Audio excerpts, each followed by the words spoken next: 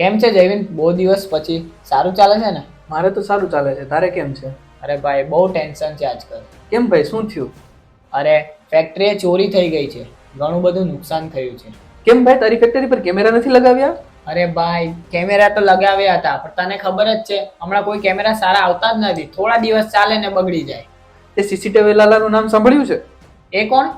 CCTV લાલાએ best ક્વોલિટીના camera provide કરે છે. ભાઈ કેમેરા પ્રોવાઈડ તો બહુ બધી કંપની કરે છે, પણ સર્વિસ?